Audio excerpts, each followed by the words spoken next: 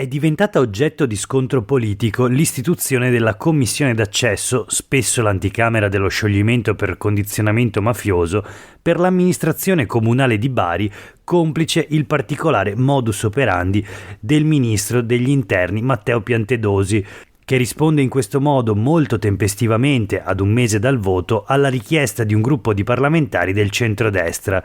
C'è da osservare come, in altri casi, il ministro si sia dimostrato più riflessivo. Anche in Veneto negli ultimi anni è stato evocato lo scioglimento di amministrazioni comunali, episodi che vale la pena rammentare.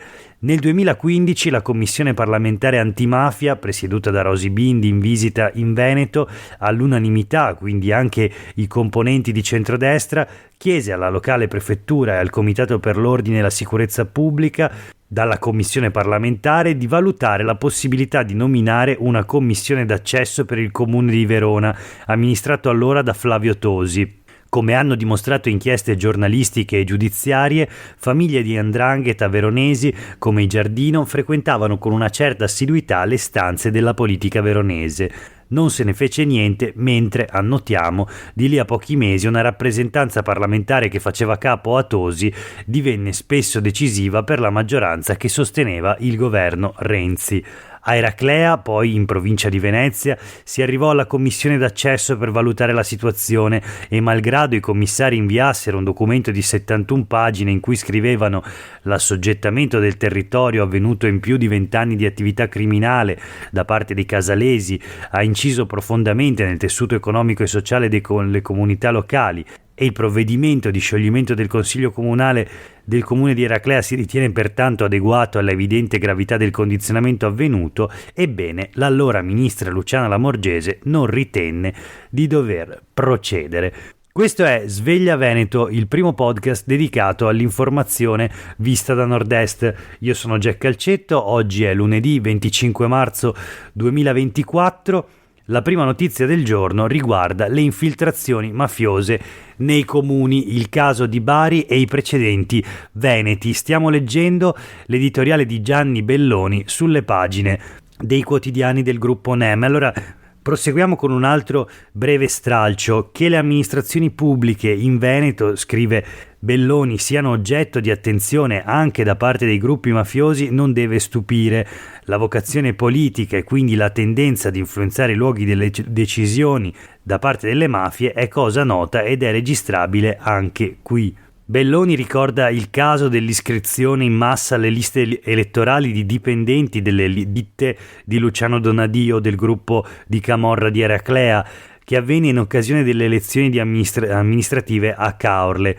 Il giornalista scrive: fatto denunciato su queste pagine e confermato dalle inchieste giudiziarie. Su questo episodio gravissimo, notiamo di sfuggita, la magistratura di Trieste, competente territorialmente, non mosse un dito. Insomma, non tutte le ipotesi di infiltrazione mafiosa vengono trattate allo stesso modo, la politica c'entra molto ed è appunto interessante questo articolo con cui Gianni Belloni confronta ciò che sta succedendo in questi giorni al comune di Bari con i precedenti veneti, dove mai si è arrivati in Veneto appunto allo scioglimento di un comune per mafia. A Eraclea, il caso forse più eclatante, ci si era andati molto vicino, ma poi la ministra Luciana Lamorgese non ritenne di dover procedere. E noi invece proseguiamo con la nostra rassegna stampa di oggi.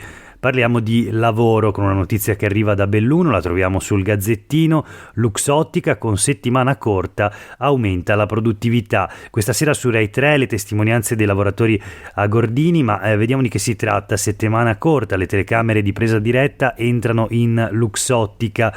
L'inchiesta, che ipotizza come soluzione far lavorare meno a parità di stipendio per aumentare buon vivere e produttività, sarà proposta stasera alle 21:20 su Rai 3. È chiamata la rivoluzione dei 4 giorni, afferma l'inviato di Rai 3 ad Agordo Alessandro Macina, che si è documentato entrando in 2 tra le più importanti fabbriche italiane che stanno sperimentando questa innovazione, Luxottica e Lamborghini. Insomma, appuntamento questa sera alle 21:20 su Rai 3 per chi fosse interessato. Noi Andiamo avanti con la rassegna stampa di oggi, torniamo sui quotidiani del gruppo NEM per una notizia che riguarda lo scenario politico, è l'intervista firmata da Mattia Petroldi al presidente del Friuli Venezia Giulia, Massimiliano Fedriga, che dichiara: siamo fedeli al governo, non voglio andare al posto di Salvini. Il presidente del Friuli Venezia Giulia contribuirà alla stesura del programma leghista per le europee, corregge in qualche modo il suo segretario Salvini, dice Macron non è un guerrafondaio, vogliamo difendere l'Ucraina dalla Russia, e poi ancora altre dichiarazioni. Vedrei bene Zaia ancora guidare il Veneto, sul terzo mandato ci sono spiragli per discuterne assieme agli alleati. E poi su Salvini: i miei rapporti con il segretario sono ottimi e ci sentiamo spesso anche su temi che riguardano il suo ministero.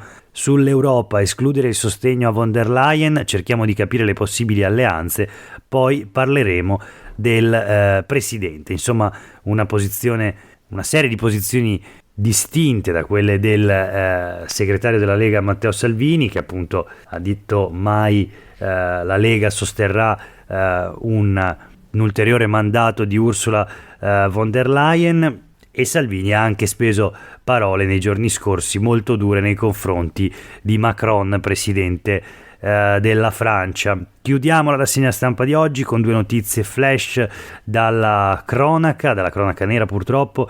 Prima da Verona, la strage sulle strade, incidenti con la moto, 3 vittime in 3 giorni, il rischio più alto è nei fine settimana.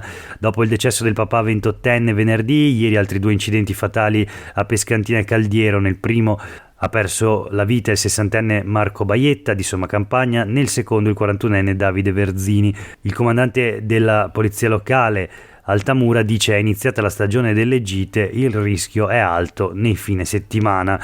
Questa è una notizia che arriva da Verona, la troviamo appunto nell'Arena di Verona, nell'articolo di Alessandra Vaccari, ma la situazione pericolo di insicurezza stradale è la stessa naturalmente in tutto il Veneto, in tutto il nord-est.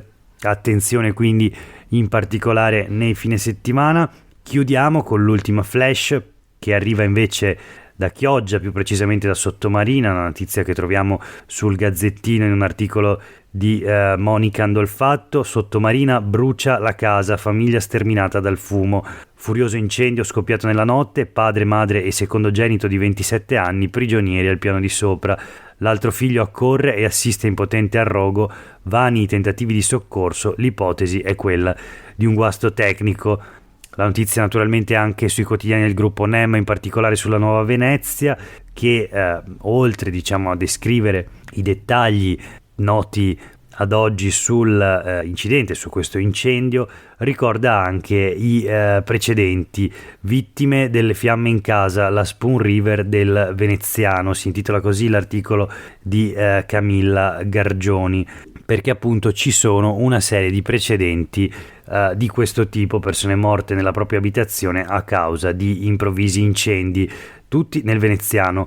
Allora leggiamo rapidamente: i coniugi novantenni di Murano, Stefano e Rosina, sorpresi dal fumo nell'abitazione appunto dell'isola di Murano, e poi Paola tradita dalle luci dell'albero di Natale e Gabriele intrappolato a Cabianca. Paolo Bergamo si era addormentato con la sigaretta accesa, una dimenticanza fatale.